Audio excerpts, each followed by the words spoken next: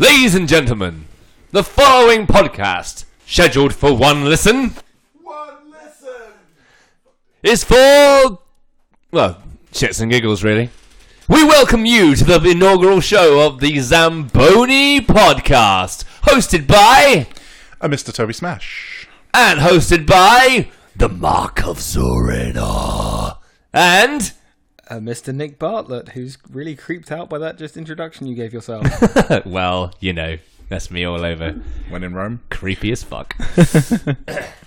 And we are here to talk all things pro wrestling related. Well, not all things. Most things. Maybe things. just like the stuff that matters. Okay.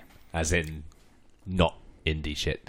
So yeah, fair bit of WWE and some other promotions, like a very, very important up-and-coming one in the very near future. But let's not get into that now. Not right now. We'll start, first of all, by giving a little background knowledge on your hosts, and then we'll get on the meat that's on the bone of what's going on in the pro wrestling world right now. So, Mr. Toby Smash, tell us a little about your the history of your wrestling fandom. First match you ever saw, what got you into wrestling in the first place? Let's hear it. I love this. The first match I ever saw was a Rikishi and Too Cool versus Hardys and somebody. I don't know who the third person there was. And it was the typical, typical Kane, Undertaker, general end of Attitude Era kind of shit. Culminating with 6-man Hell in a Cell at the Armageddon that year, which was like a week or two later after that anyway. And I was hooked ever since. Watching a very large man being thrown off a very big cage. Very entertaining. Onto a mattress under some sawdust. Yep. That you definitely didn't see. And Nick, what about you? So I kind of started with WCW, probably someone around the same time Toby did, to be honest, when it first came out on Channel 5 over here. Watched, all the way up to Armageddon that same year, Royal Rumble, WrestleMania, hooked on WWE. Also watched TNA when it was good. I'm in before it was never good. I now kind of watch most of the stuff, a lot of the indie shit that you're just taking the piss out of. Someone has to. Yeah. Someone has to, yeah. Yeah. Well, for me personally, the first match I ever saw was the Undertaker Mankind Hell in a Cell. Literally had no exposure to it whatsoever up until that point, and I'm channel hopping one day, and this was like a Tuesday night, so this was clearly a repeat of the pay-per-view, and it was like entrances were done. They were already on top of the cage by this point, and I'm thinking, what the hell are these two guys doing on top of this cage? And, all these people around. Holy crap, that guy just fell like 15 feet. And, yeah, here I am now, some 21 years later, doing a podcast on this stuff. So, yeah, that's the history of my wrestling experience and my knowledge. I mean, I've been to a few shows.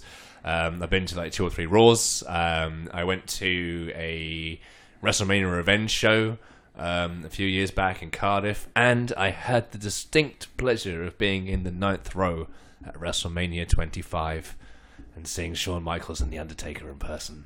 That's awesome. There's very few things that are ever going to top that in my life, and I've done some interesting shit. What about you, Toby? You been to any wrestling shows? I've been to Raw once. I've been to a lot of copycat stuff of WWE when I was younger.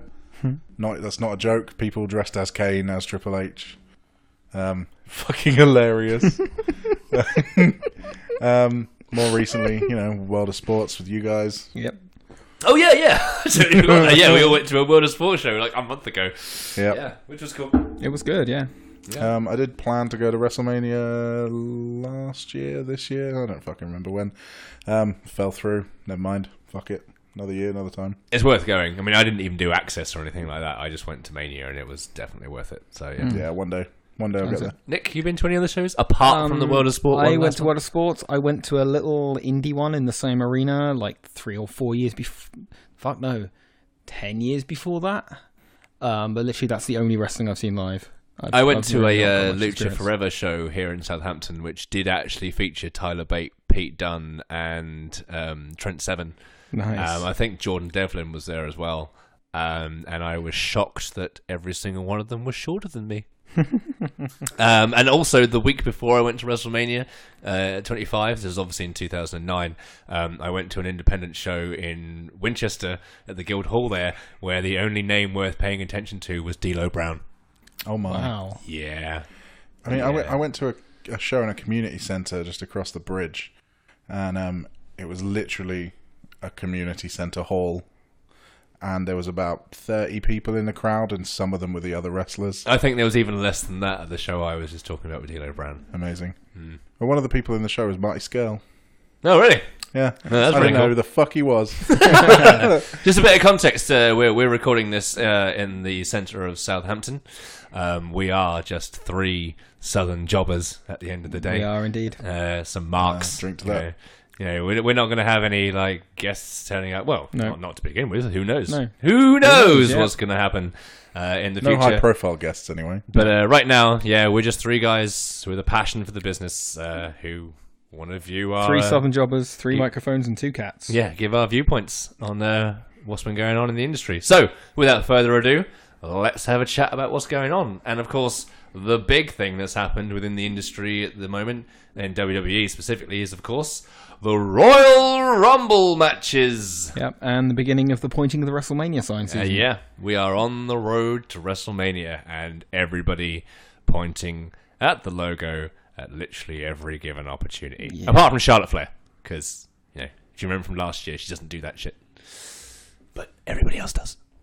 Yeah. As even Taker just stares at it. He doesn't point at it, but he has a good look. I feel like the WrestleMania sign is some kind of entity in itself now that they will have to kind of... It's enslaved WWE roster, and they will have to pay it some kind of lip service at this time every year. Like the world doesn't know WrestleMania is coming up. Yeah. Even non-wrestling fans must know, WrestleMania's in April, right? Now, we've just had the Super Bowl, so next must be WrestleMania. Yeah, pretty much. Interesting that we bring up how Taker reacts to the sign, because this year, apparently, they haven't even got a plan for him. Yeah, apparently not booked. I didn't even think of that. He's removed all references to WWE from all of his social media accounts as well. And is taking Really? non-WWE related bookings. Yeah, for I'm going to one of $25,000 his an hour. Q&A sessions in London in April. Yeah, and that's the reason why he's done it, is so that he can take on independent appearances like that now. Yeah. I was going to say, is that not WWE then? No, it's got nothing to do with them whatsoever. Fuck, I didn't know that. Yeah. So don't be shocked, boys and girls, if this is actually the year that Taker retires, and he now just goes into doing independent shit. Yeah. as and Apparently when he wants to. he's going to be charging like $25,000 an hour for those kind of things. Well, fair enough. Yeah. He's the Undertaker. Yeah, there is only one Undertaker. This is very true. Yep. Anyway, Royal Rumble matches. Oh, now I'm awake again. As we were saying in the first tangent. place, the Royal Rumble matches. So we're not going to go about the entire thing for ages, but let's focus on the winners. So, of course, the winners this year were the man, Becky Lynch, and the the man, architect, Seth Rollins. the Kingslayer, Seth freaking Rollins. Yeah. So, thoughts on that, Tobe? You know, I'm a fan of the man. I think both are kind of obvious choices. I was a little disappointed with Seth winning because I feel like he doesn't need it. I know we've discussed about who the hell could Brock possibly drop a title to at Mania. If anyone, it's probably going to be Seth. And then from that point of view, it does make sense. But for me, I just like it when the Rumbles are used to elevate somebody who's maybe struggling getting over the curve into the top tier. And I think from that point of view, it's a waste to have Seth win it. But again, who's Brock gonna drop the title to otherwise? Nick? Yeah, I feel like they were both sensible, inevitable results, to be honest. With Becky being so hot right now, it was a logical choice to have her win it. With Seth having carried the company for the last year, it seemed like a logical reward for him. Wasn't upset, wasn't who I'd want to win, but yeah, I'll take it. Question: isn't Seth injured now? Oh, hold on. Let's not go down that route. Let's save that for a little while later. Put a pin in it. Stick a pin in that. But yeah, in terms of what happened at the end on the 27th, I agree. last year, as you know, Toby, because we were working together at the time, I said like a month in advance, it's going to be Asuka and it's going to be Shinsuke Nakamura. Yeah. And I was proven right. This year, when people were saying to me, who do you think is going to win the Rumble? I was like, well, it depends whether or not Becky's doing double duty or not. Because if she is, then her, obviously. Yeah. If she doesn't turn up in the match, then not her, but I couldn't tell you who it's going to be. I think that the fans would have shit on it regardless, no matter what. If Becky Lynch hadn't appeared and hadn't been included in, or having won and then automatically being included in the main event picture, it would have been a repeat of the years where Daniel Bryan either didn't appear in the Rumble at all, or was eliminated halfway through, and the fans just crapped on the rest of the match the entire time. So I think it was obvious. Once she appeared, it was like, well, she's obviously going to win. She's not going to lose. No. So obvious, but at the same time, sensible. You couldn't do anything else. You'd be an absolute fool. Yeah, agreed. To go with anybody else other than that, unless you were going to insert her in the title match later on, anyway. Which they might potentially do with the Queen. Maybe. Again, we might discuss that in a bit. Stick a pin in that one too. But yeah, that was the only way that could go without the audience turning on it. And we watched so many pay-per-views last year that effectively, from the sitting at home audience perspective, was kind of ruined by the live audience crapping on stuff. Yep. Like that Iron Man match between Seth and Dolph. The live audience in that arena kind of ruined that match by counting down every single minute for half an hour. Thanks for that, if you were there, by the way. Yeah. But in terms of the men's Rumble, I didn't have a clue who was going to win. Seriously, no idea who was likely to win that match. But I understand why it was Seth, because he was Raw's MVP in 2018. Yeah. Yep. Mm-hmm. I don't think you could say that. I don't think anybody could make a credible argument to say that anybody else had a better year on the Raw brand anyway. Totally ignoring anything else that happened on SmackDown. Because AJ Styles had a phenomenal year as well. Anyway... Yeah, no, Seth Rollins was definitely the Raw MVP all year long, and I think that he may very well just be being rewarded for that. Look, whole year we had you in a strong position. The fans didn't get pissed off with it. It obviously works. They obviously still like you. So whether it's from we want to make more money perspective or just rewarding him for doing a good job all of 2018, it makes sense. Yep. Yeah, it does make a lot of sense. Yes, okay, they had the Mania a few years ago where he cashed in halfway through the match and he ended up winning the title, but we've not had Seth and Brock one-on-one properly. No. So again, it is technically a fresh matchup. Yep. Straight up, honestly, who else on Raw is a strong enough face to be challenging Brock Lesnar? Because you know full well he ain't going to lose it between now and then. No. God, no. Even if he fucking defends it between now and then. That's if he even shows up on a pay-per-view between now and then. You knew he wasn't going to lose it. So, we weren't going to have heel versus heel, or, again, unless they were going to suddenly make it triple threat or something like that. Seth Rollins is the logical choice. Yep, logical, sensible choice. Yeah. And I think him and Brock can put on a good match together. I'm pretty sure Paul Heyman speaks pretty damn highly of Seth. And usually the people that Paul Heyman speaks highly of are people that Brock puts on good matches with. Because I think the only person Brock listens to is Paul Heyman. I think that Brock just has the mentality of, I can do something with this guy because he's smaller, he relies on his speed and his agility. Whereas when they put me in the ring with the big guys who can't do anything but be big guys, that's my shtick. Yeah. When you put two guys in with the same shtick, it doesn't usually work. It doesn't. How many years, right, in the 90s, did we have to watch The Undertaker wrestle guys the same size as him? And he wrestled guys like Giant Gonzalez and King Kong Bundy and stuff like that. And everybody will flat out tell you those matches sucked. No, his good matches were the matches against people much smaller than him. Like his ladder match against Jeff Hardy.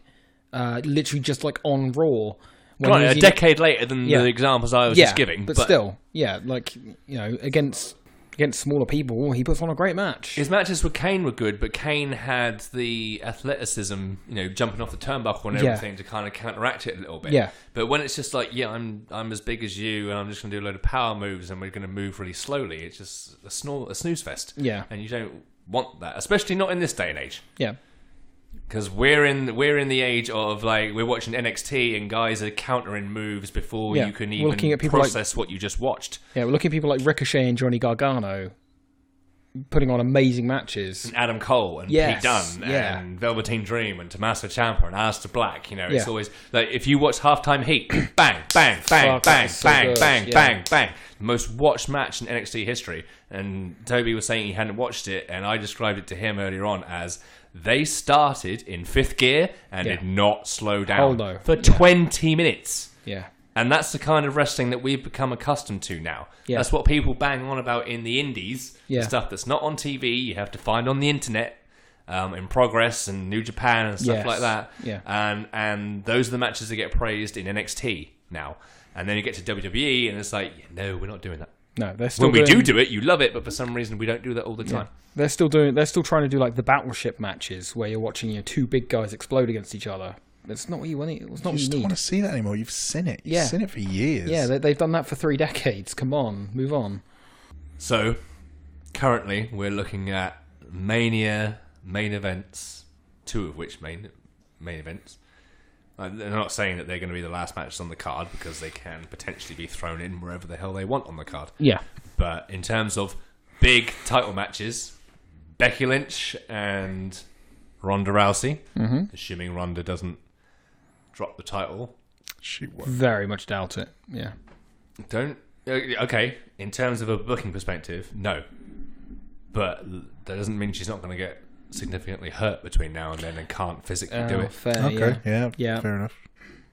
And Seth Rollins and Brock Lesnar. Brock. Good old Brock Lesnar. Brock Lobster. Ding, amazing. Ding, ding, ding, ding. Yeah. I'd watch that. Those are 2 of our 4, if we're not considering tag titles and mid-card titles. Yeah. Those are 2 of our 4 title matches. Yeah. Predictions on what the other 2 are going to be. So if we've got as the title holders, we've got Asuka currently. Yeah. And Daniel Bryan. Yep. Yes. With his hemp title belt. Yeah. The old hemp. And his hempman. Alright, okay, right. Before we go anywhere else, what the fuck is the deal with that? I have no idea. Eric Rowan now coming out in his heavy metal t-shirts. Right? Okay. Although he's wearing a Tom Savini t-shirt at the Royal Rumble for some reason. Did you know Tom Savini, the horror legend that he is, works quite closely with WWE? Oh, okay. He actually helped them design the majority of the weird sheep gas masks that Eric Rowan wore down to the ring. That explains the t-shirt, I guess. And 2 or 3 of Kalisto's masks he's designed. That's Casual. a weird link. Say again? Casual. Yeah. Weird, right? Yeah.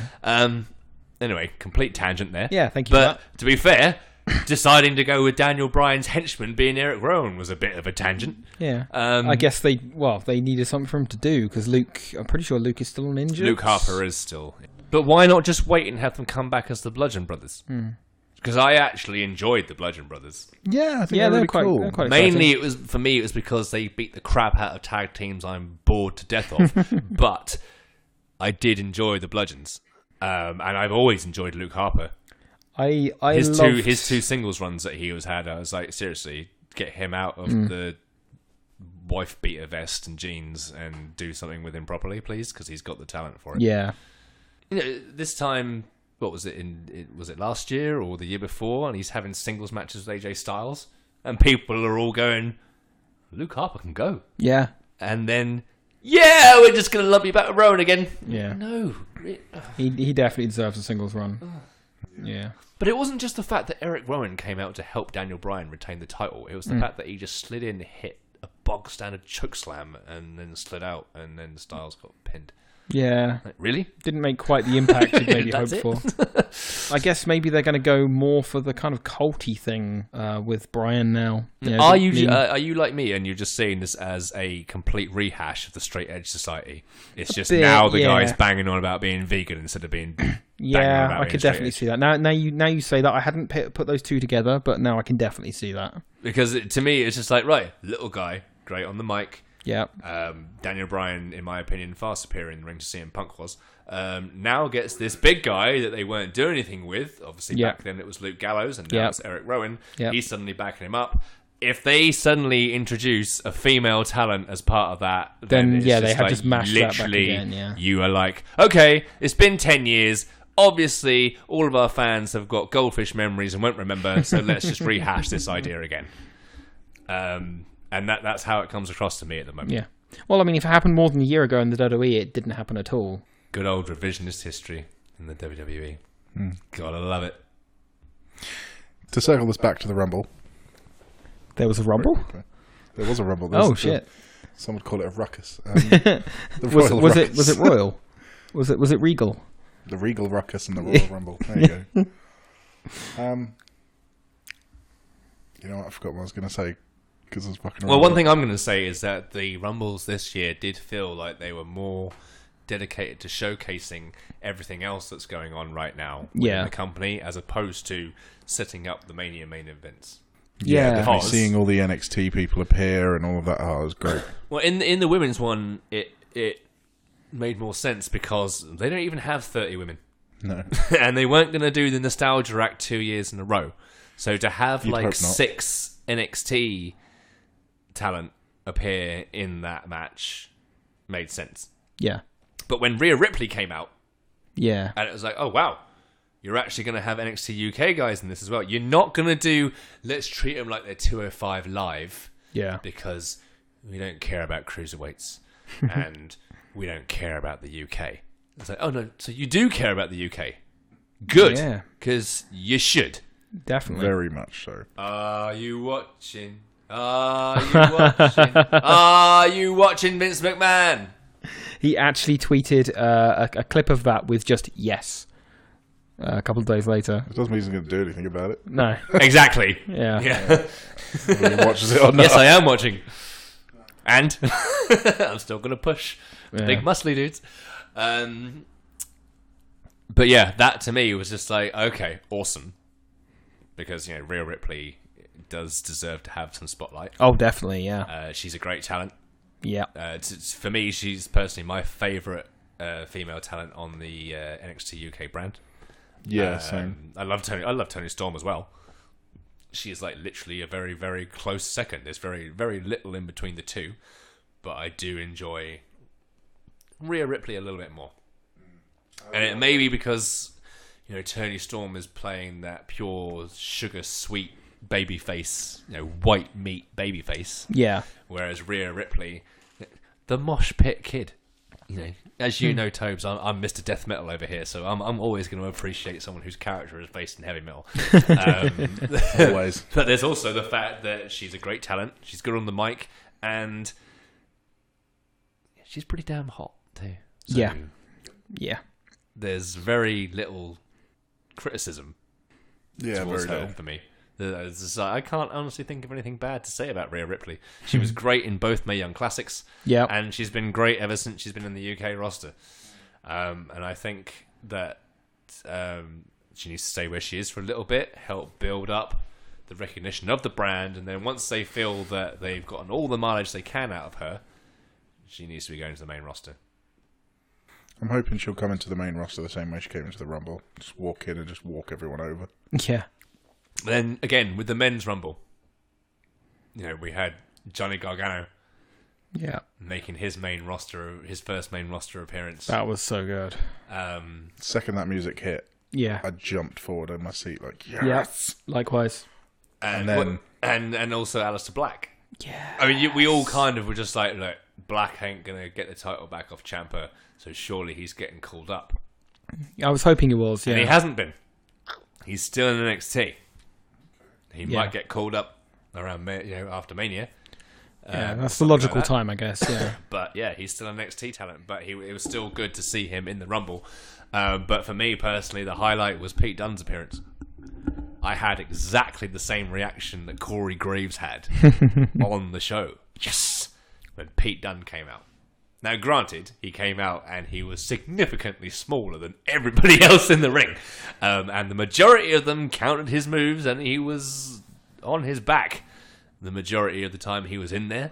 But then he had that altercation with Drew McIntyre and it was like, right, if you haven't been watching NXT UK or even NXT for the last year, pay attention now. Yeah, this is what you need to see. Yeah, the bruiserweight is coming. All the way to the bitter end. Nice. Yeah. Nice little segue there. So, yeah, I mean, and I think that worked. You know, it was good to be showcasing, because they're doing a lot at the moment, and to showcase as much as they can is a sensible idea. Yeah, definitely. Yeah. Try and highlight everything that's going on. Do they have anybody from 205 Live in the Rumble this year? Only. I don't think they did. Hang on, let me go and have a look. If you want to get really technical, only Mustafa Ali, but he's now SmackDown. Isn't Yeah, he? well, he's purely SmackDown now. Yeah. Yeah, so even that you can't really give it. So no, I think. Okay. Then that's where they missed a beat then. Yeah. Because I know that, like, last year? Or the year before? Jack Gallagher, wasn't it? Yep. Yeah. I've just checked. No, there were no 205 entrants. And in Crown Jewel, they had 2 or 3 of... Because Drew... I definitely remember Drew... Not Crown Jewel, sorry. Greatest Royal Rumble? Greatest Royal Rumble. Yeah. My mistake. Drew Gulak was in that. I know that for a fact. So was Baba Tunde. Oh, Mr. Who the fuck is this? Mr. It's been 8 months since then, and he still hasn't been on NXT TV. I went on the old NXT webpage, right, and one of the first guys they've got featured on that page is Baba Bloody Tunde.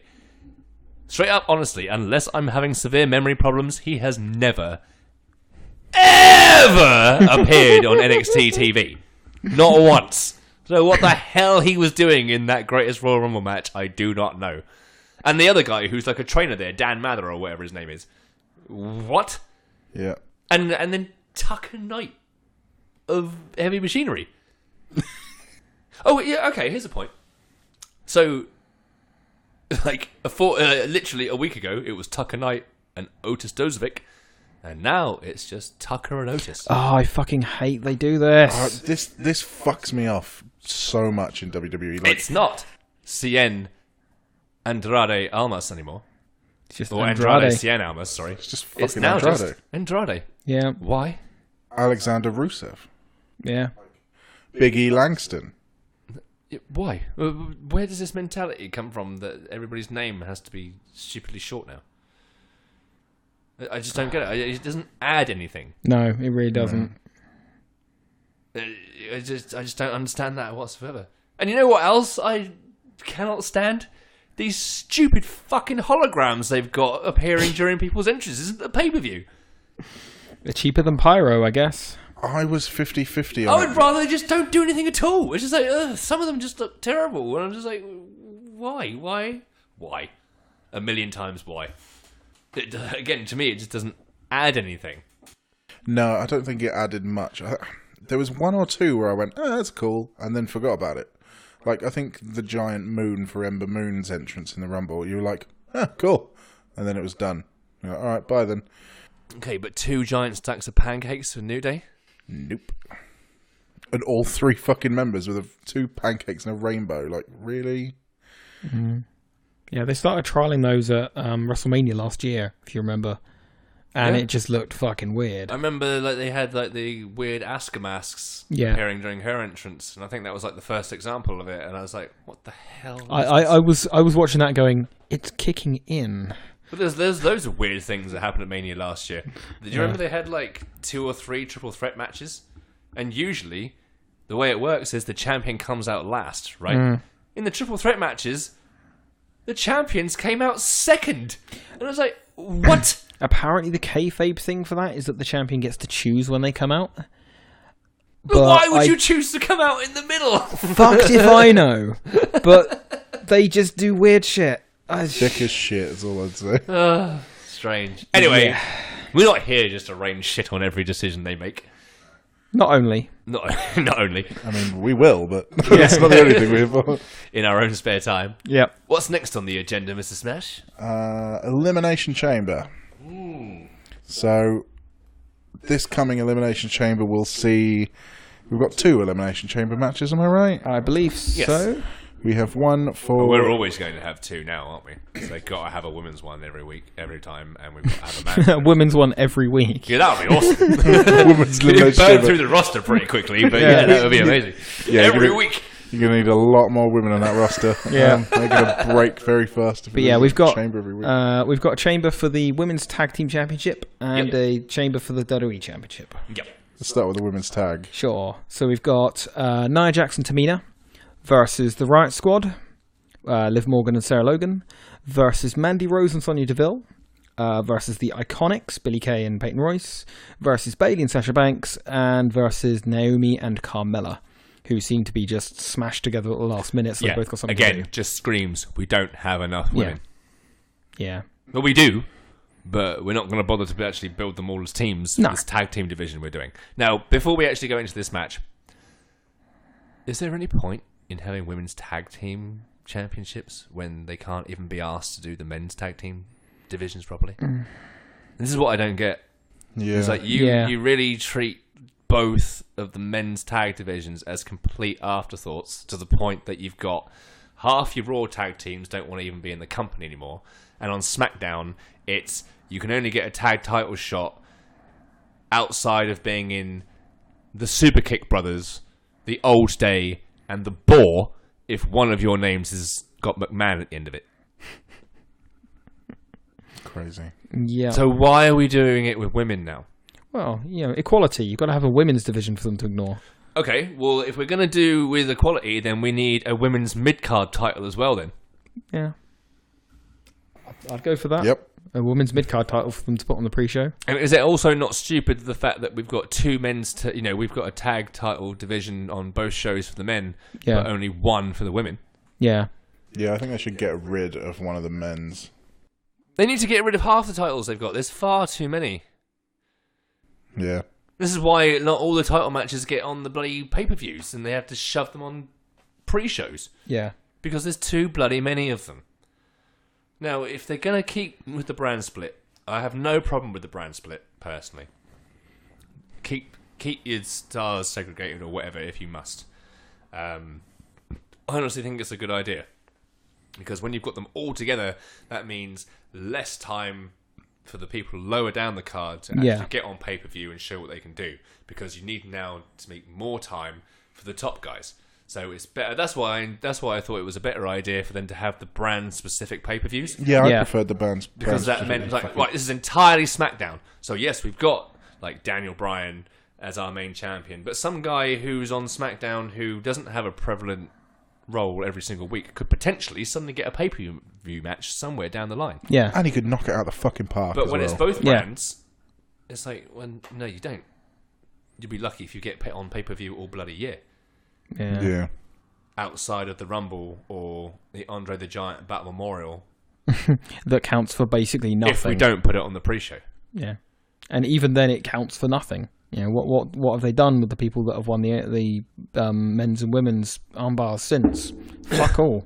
Well, to be fair, Baron Corbin's done pretty well out of it. Okay. Now, you might turn around and go, no, he hasn't. It's like, well, yeah, he's got a pretty prominent position out of it. Money in the Bank winner. Okay, he didn't win the title, but that's because he pissed people off backstage. Yeah. He's been the US champion. Yeah. And then he was the GM of Raw. Yeah. Regularly interacting with Stephanie McMahon and people like Kurt Angle and Braun Strowman and stuff like that. Yeah. And he's still doing that now. He's involved with Drew McIntyre and Kurt Angle and Braun Strowman. Yeah. Regardless of what you may think of the Lone Wolf, he's had a pretty prominent spot from the moment he won that Battle Royal on the main roster. But in terms of, the women's tag championship match in the Chamber. Mm-hmm. Okay. Go through those teams again, slower. Okay. Nia Jax and Tamina. I really don't want them to win. I don't see it either. the more I think about it, the more I think they could very much win it. Just out of like the fans don't want it. Mm. You know what I mean? Like it's almost a fear. It's like you're going to do it, aren't you? You're going to fucking give it to them. Yeah. Who's next? Hold on. Oh, sorry. What do you mean by that? It's like I don't see them being good as the title holders for tag belts, right? Because I don't really rate Tamina that highly. Oh, dude, I'm shocked she's still employed.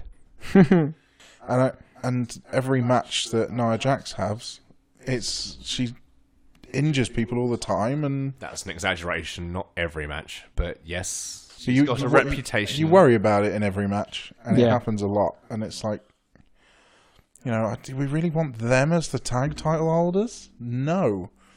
Want? No. Gonna get? Probably. Yeah. Nick, thoughts on Jax and Tamina? Fuck. Yeah, that says it all, really, doesn't it? I don't rate Tamina at all. I'm mildly scared that Vince will just go, yeah, let's do it. But no, I don't think they'll win it. I think they'll be a solid threat, but they'll get teamed up on, as pretty much always happens with big teams like that. That's what they're there for. They're there for the crowd pop when they get teamed up on and they get wrecked.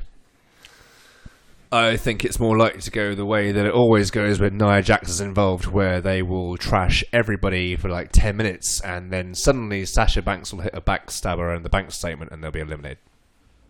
Because that's what happens in every Nia Jax match. She destroys her opponent, even if Sasha Banks and isn't then involved. they suddenly pull off their finisher and she loses. And I see. You weren't specific to Sasha Banks in every single Nia Jax match. Like, she's up against someone else completely unrelated to Sasha Banks, and Sasha Banks just comes in and pins her. So what, you're saying that she's not even facing Yeah. Sasha Banks? Yeah, just even if but Sasha the reason Banks she isn't lost in the the match is because Sasha Banks came in and beat her anyway. Yeah, sure. I was just checking that wasn't what you were saying. No, sure. but that's the example that I'm giving. Yeah, sure. As I just said, yeah, she'll dominate and then she'll suddenly just get hit with the finisher and then she'll be out. Yeah. Who else is in that match again? So we've got Liv Morgan, Sarah Logan. I don't see them winning it.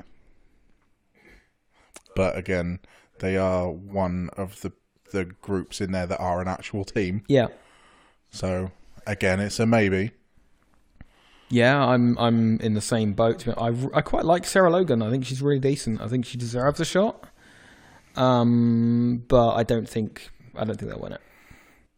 I think they've both got the potential to be future stars, but you know, there's training needed there. Yeah. And who else? I'm saving my opinions until the whole. Mandy Rose and Sonya Deville. I think Vince is extremely high on Mandy Rose. I think she's getting, from what I understand of backstage stuff, she's getting a push. So this could be it. Maybe not. Who knows? Maybe it'll just be like Naomi and Carmella take her out, and then they don't care anymore about the match because they've been doing that fucking stupid storyline that needs to die in a fire somewhere.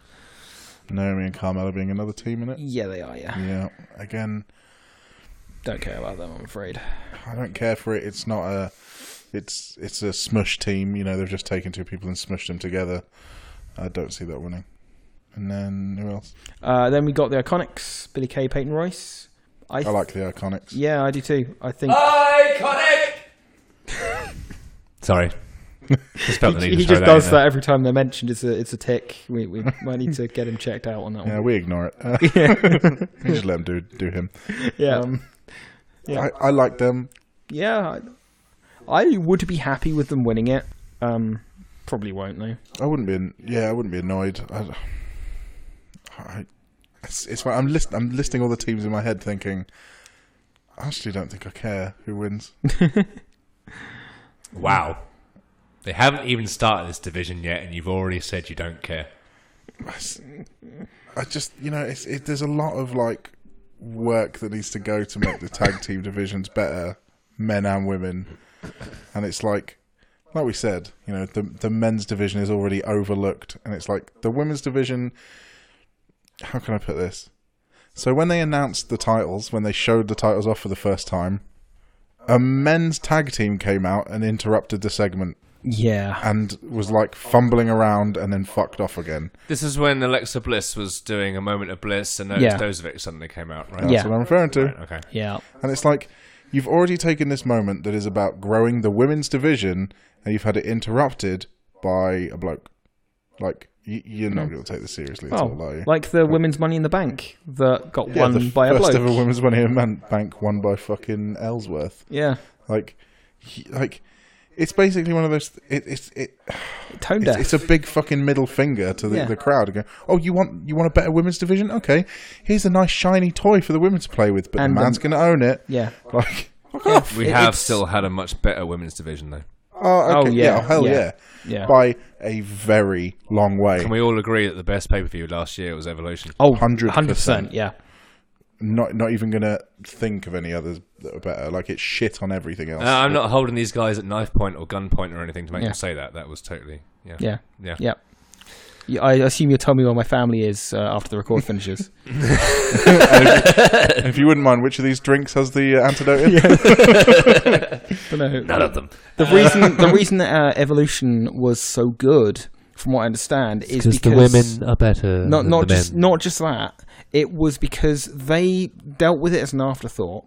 The primary booking team was dealing with their thing in Saudi Arabia, so they got guess what? The NXT booking team to book the pay-per-view. Who actually know what they're doing. Yeah, exactly. Who know how to do a fucking good show. Okay, so based on the rundown, the only team you haven't been given the chance to talk about yet so far, Mr. Smash, is the Boss and Hug Connection. Who I genuinely think will win it. But yeah.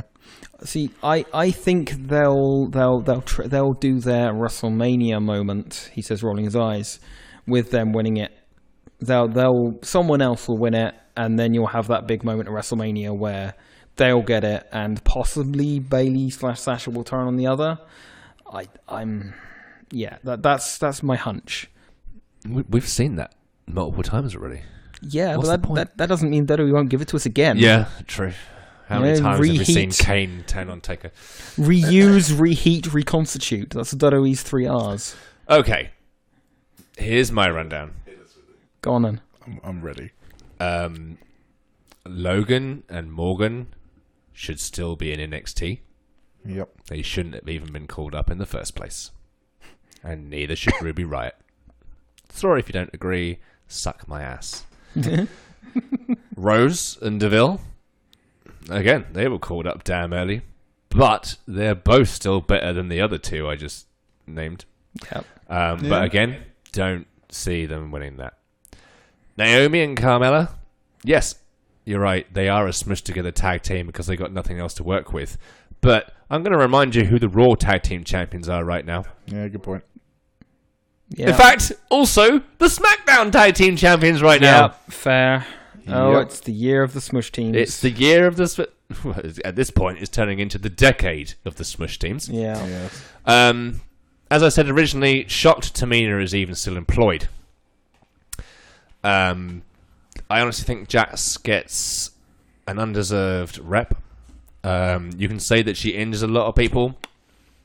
Before she punched Becky Lynch in the face a few months ago, everybody wanted to say that about Sasha Banks.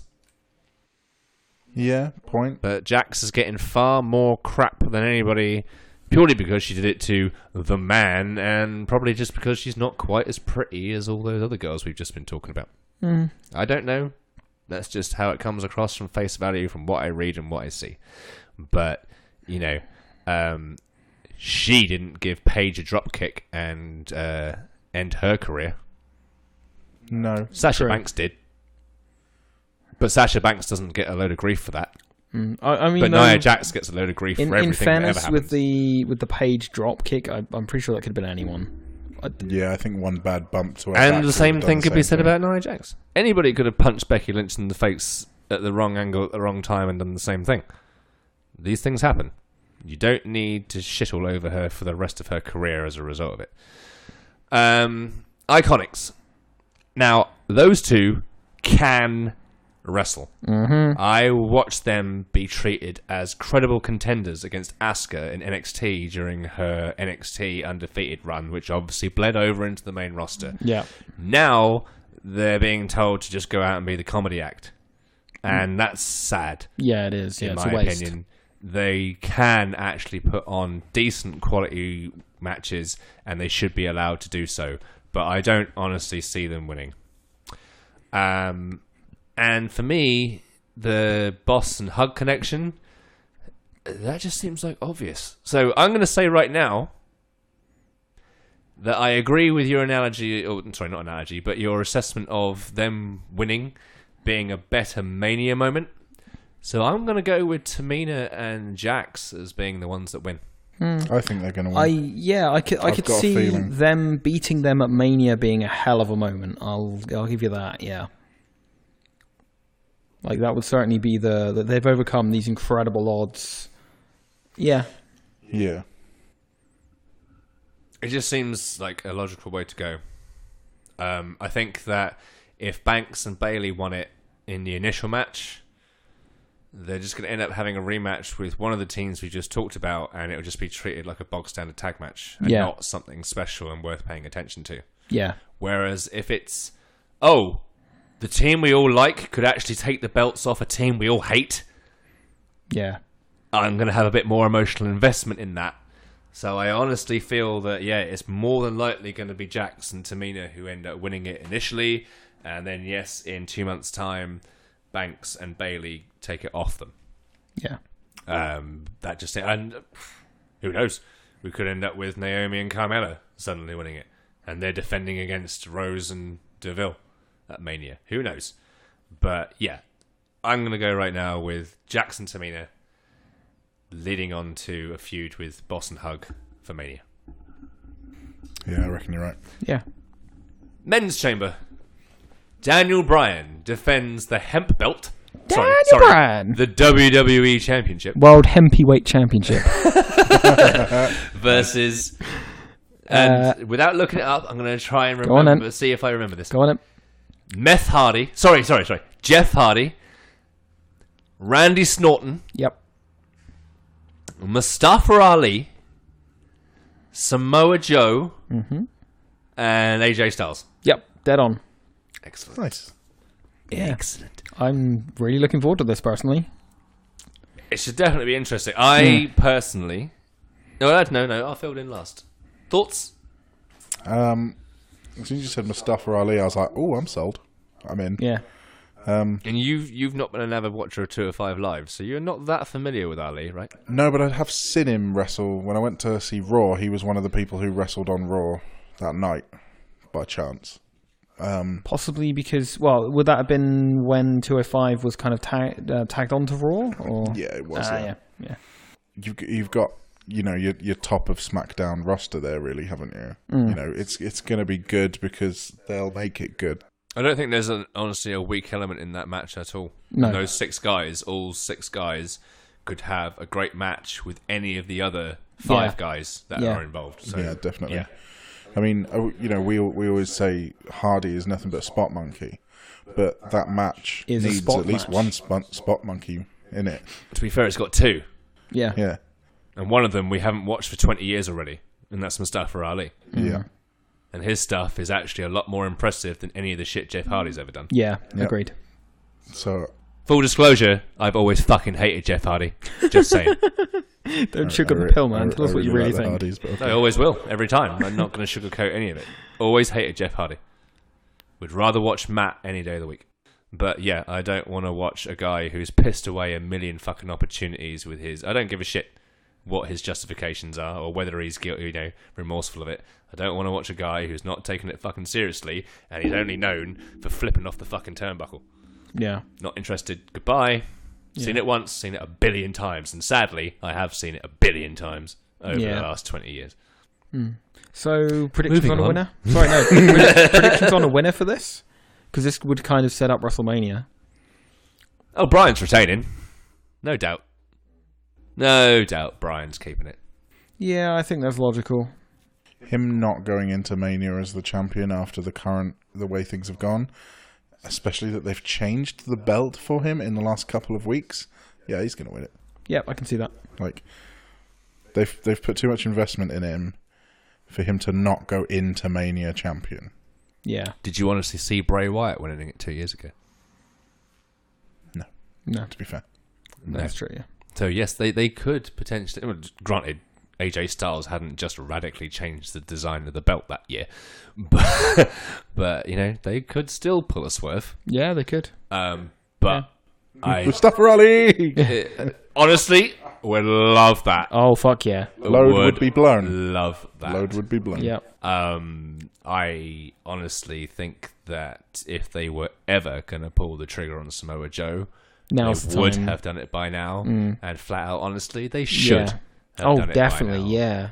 Yeah, it's a bit of a shame. Like, I'm not his biggest fan, if I'm honest, but I see his value, Yeah. and I'm like, he should have been champion. Like, him as champion is still good to me, even though I'm not his biggest fan. Yeah. That's how good he is. Yeah. So, yeah, agreed. We've had a whole year of AJ as the champion, and it was a good year from his side. But I don't think it's a good idea to start that up again, even if it's only for a month. Let's do something else. Yeah. Something different. Yeah. Randy Orton needs to leave. Agreed. He needs to be physically kicked out the door to go to AEW or anywhere else. Just go away. No, not even No, AEW. I don't want him in AEW. No, either. no. I want AEW to have a chance. Just go away, Randy. Yes, agreed. Because it's written all over your face whether you can be fucked or not. Yeah. And, you know, you and I have given this example a number of times, Toby, in the US title match at Mania last year, where he stepped out of the curtain and the look on his face just told you straight away he ain't retaining because he's got the, let's get this shit over with look on his face. Yeah. And you just knew. You just knew. It was like, well, there you go. He does Title it all the changing time. hands. He will not sell for someone else anymore in that way. Like, he will, if he's going to lose, you know it the second you see his face. He's a flat out one trick pony now. Yeah. Yeah. I don't care what else you do, just hit the RKO and then fuck off, yeah? And I personally don't even give a shit if he does that or not. No. The thing is, the RKO has come out of nowhere so many fucking times, it's now boring. Yeah.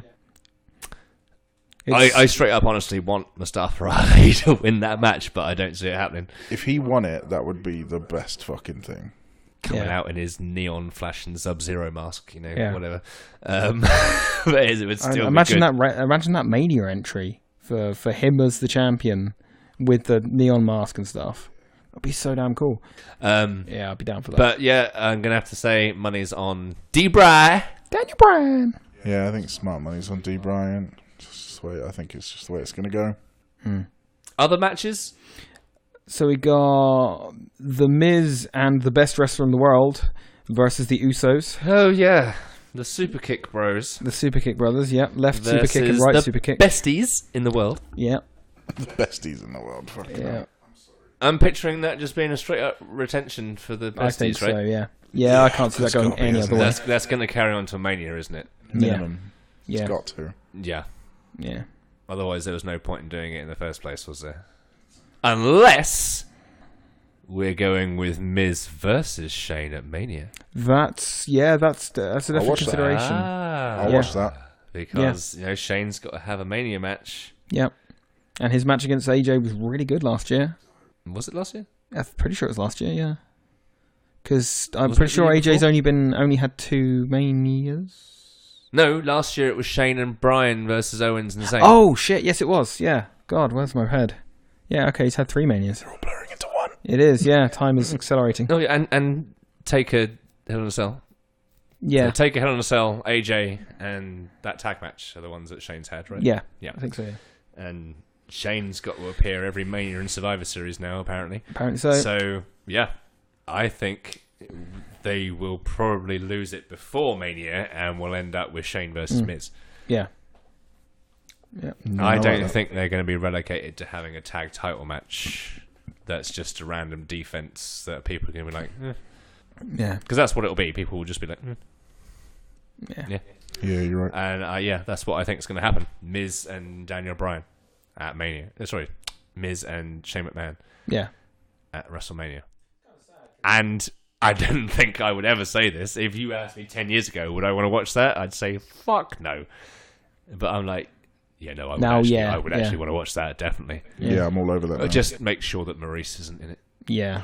In any way, shape or form, please. It's kind of funny because like 6 months ago, I was thinking that the main event for WrestleMania was probably going to be Miz Daniel Bryan. As soon as Daniel Bryan made his comeback, it was like, okay, yeah, Miz Daniel Bryan. You know, Daniel Bryan will win the WWE Championship, or Miz will win the WWE Championship. Other one will win the Rumble. Then you've got them at WrestleMania, and now it's Miz Shane McMahon. That's a strange slip, but still good. Did they even do that match on pay-per-view last year?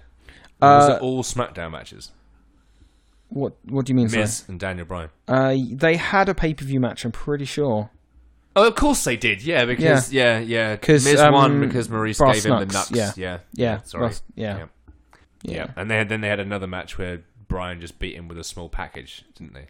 I think so. I don't remember. Yeah, right. Yeah, it all blurs into one. But you're right. It should have been. It was at Hell in a Cell, wasn't it? Or something like that. But yeah, it should have been on a bigger stage. Yeah. With a build-up, like you just said. Yeah, they deserve it. Yeah. But yeah, that's been and gone now, so... So we get the leftovers. Okay, so the other thing we got at the moment, pardon me, is Buddy Murphy, Akira Tozawa Cruiserweight Championship. That'll be on the pre-show. Yeah, I imagine so. And it'll be good. And Murphy will retain. I imagine so, yeah. They're putting their chips behind Murphy. He deserves it. Yeah. Tozawa's good, but Murphy gonna keep. He's got a unique style. He's got a unique finisher. Yeah. I love his finisher. Mm. Murphy's Law, stupid name, great move. Yeah. Yeah. And Tozawa is a guy who tries to get over by going ha ha ha over and over again, and it just doesn't really work. Yeah. Great talent in the ring. Yeah. Do not see him beating Buddy Murphy on a pay-per-view, even on a pre-show. Yeah. And if he does, I expect Murphy to win it back the following 205 Live. To be perfectly honest. Now, at WrestleMania, would you not like to see Buddy Murphy and Rey Mysterio? Yes. That'd be fucking brilliant. Even if they walked out of the curtain and went, yeah, I'm going to retain this, that's what we've just decided. Now to the match, I'd still watch it. I'd still watch it. Because I'm winning, by the way. Yeah, I'm jobbing for him tonight. Yeah. And now the match. I'd still watch it. It'll all be worth watching. That'd be amazing. That would be funny. So finally, of the ones presented at this point, we have Ronda Rousey, Ruby Riott, which, to be honest, that's just a speed bump. Ugh, yeah, it's just a squash. Another speed bump on the road to WrestleMania. Somebody that Ronda hasn't faced yet. Let's just move on. Yeah. Yeah, I don't want to watch that. Yeah. At all. I don't, there's something about Ruby Riott that draws me in, and that's it. She was in NXT for like less than 6 months, and then suddenly leading a fucking faction on the main roster. Mm. And that faction consisted of Sarah Logan, who had been in like the first couple of rounds of a Mae Young Classic and not even on NXT, and Liv Morgan, who was the female jobber of NXT in her entire run. She was there to literally put over everybody else. And then suddenly, the three of them are on the main roster, and it's just like, what? So Nikki Cross and the Iconics and other people were made to wait for ages, and these three got called up like that? It just has never made any sense. Yeah. Why they thought that was a good idea. And it's only been proven over the last year that it bloody well wasn't a good idea. Now, they've got their fans. There's got to be someone who likes everybody somewhere. But Lord knows why any of you out there in Radioland are fans of any of them. Just saying. Now, on other promotions, the indies, etc., they may have been super fucking amazing. But I haven't watched any of that stuff, so I've got no reason to base my opinion on any of that stuff. All I can go with is what I've seen in NXT and the main roster, and I haven't seen anything worth paying attention to yet. Sorry! But yeah. So yeah, Not interested in watching Ronda Rousey and Ruby Riott by any way, shape, or form. Who's Asuka likely to be defending against?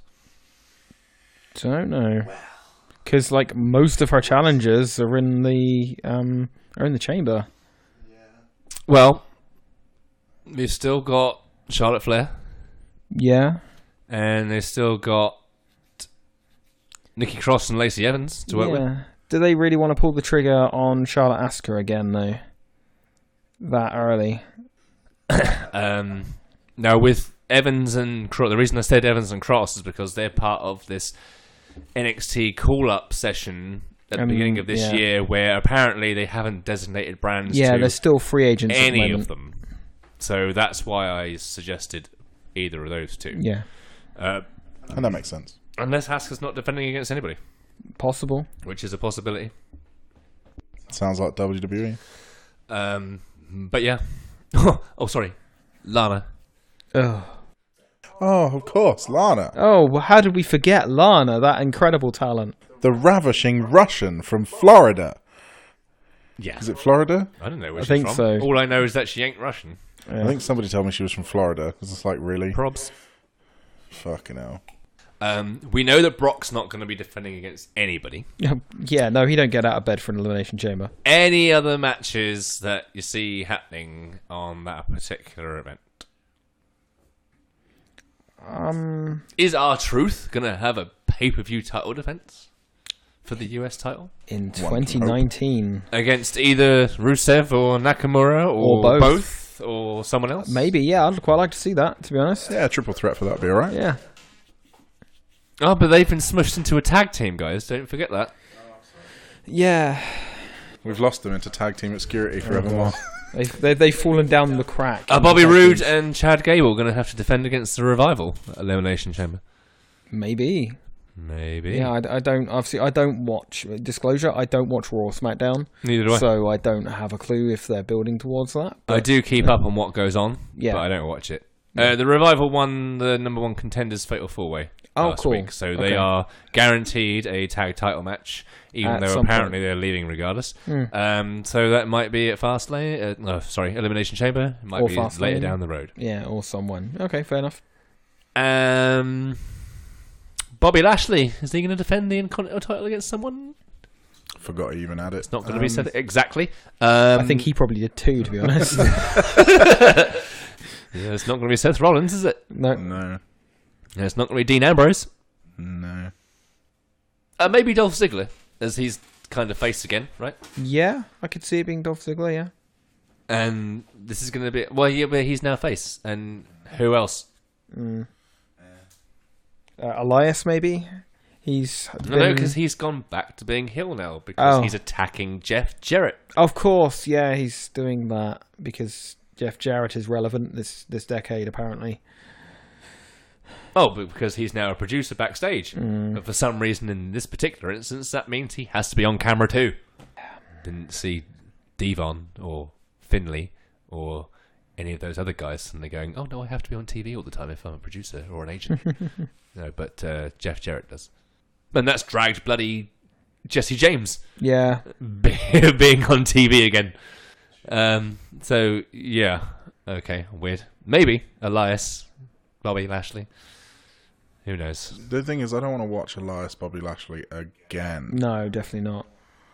Even if it does get Elias the title, I don't want to watch that match again. All we had for fucking months was... I think what you really mean is you don't want to watch Bobby Lashley. I mean, that's probably it, yeah. Because I know I don't. Yeah.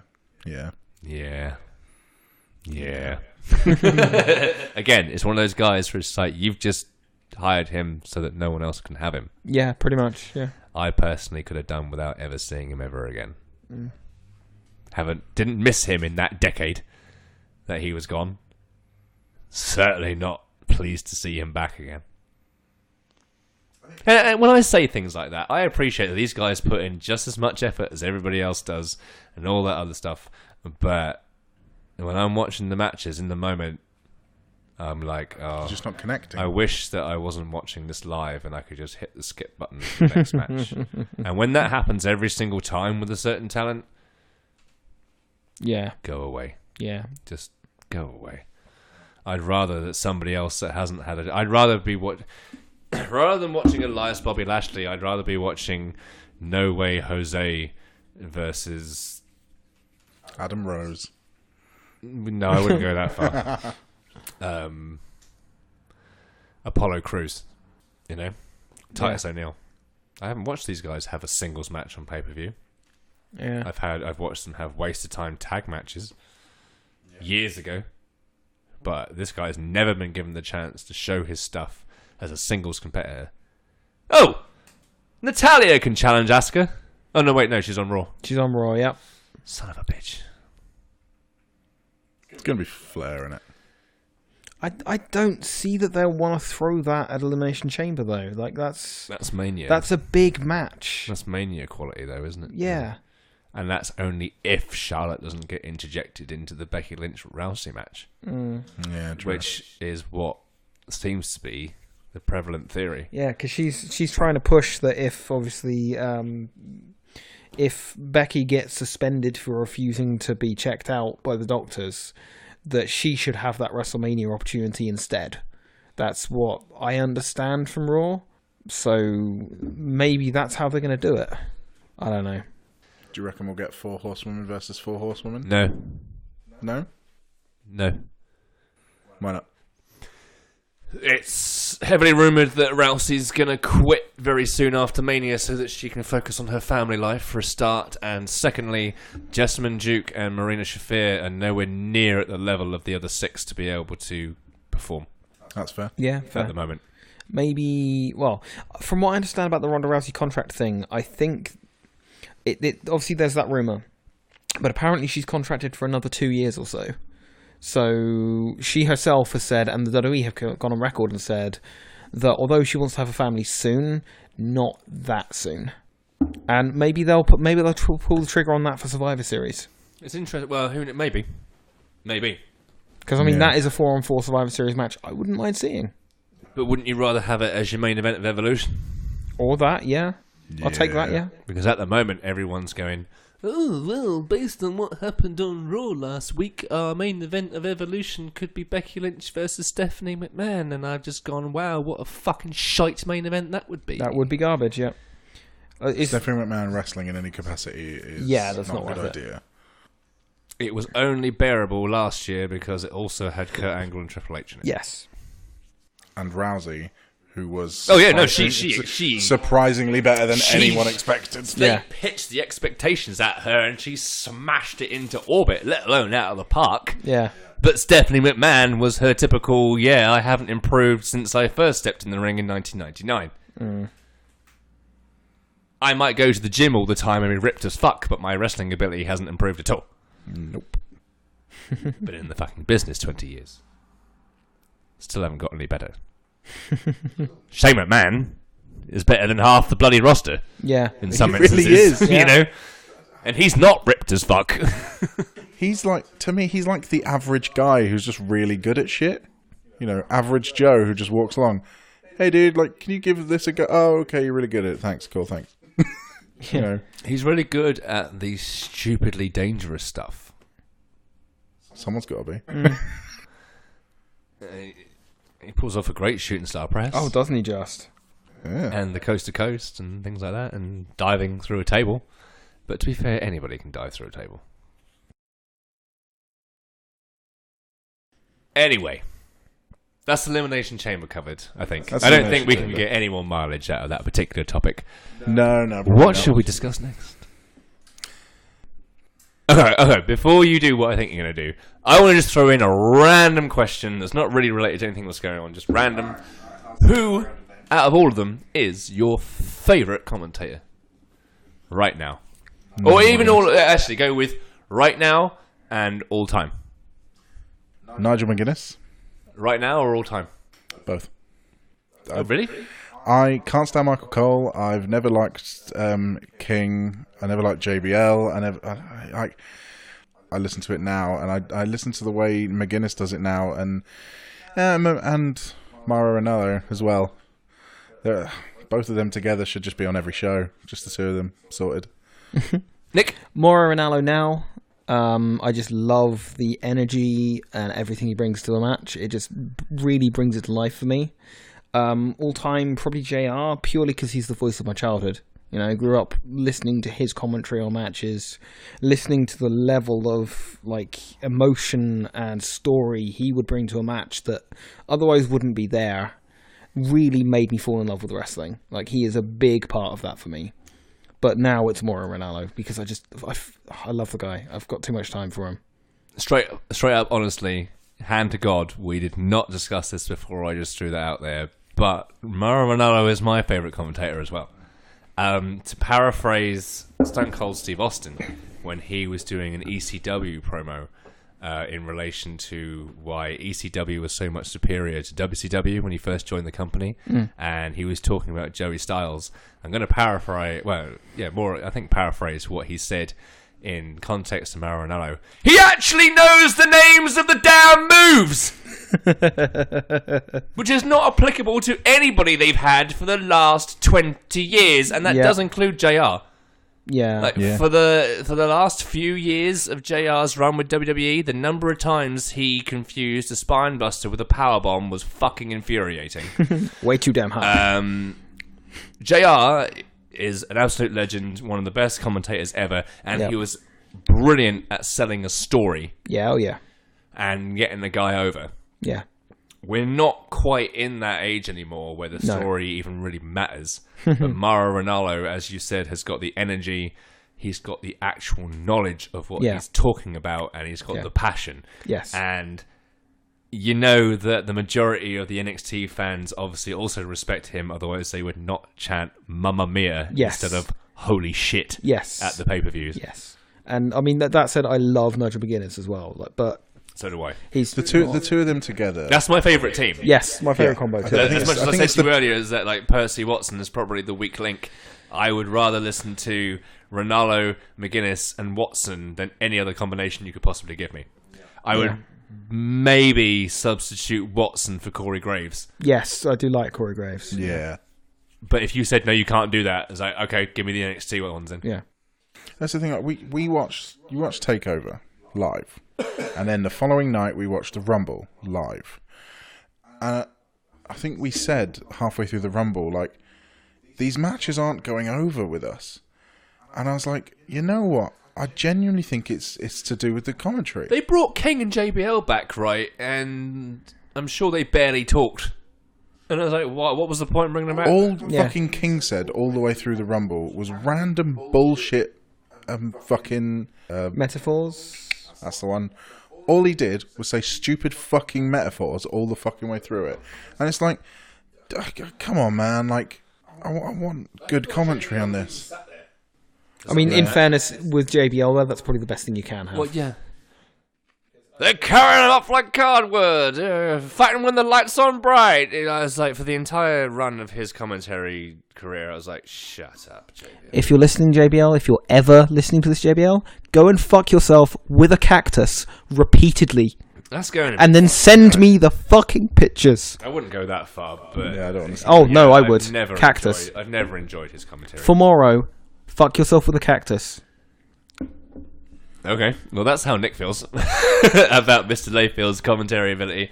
But yeah, I've just him in general. I've never enjoyed JBL's commentary. No, the guy's a dick. Anyway, like, remember just how much of the commentary job is Vince McMahon feeding them their lines. That is the big problem, certainly with the main. I know, roster and I get that as well. But at the same time, you watch like.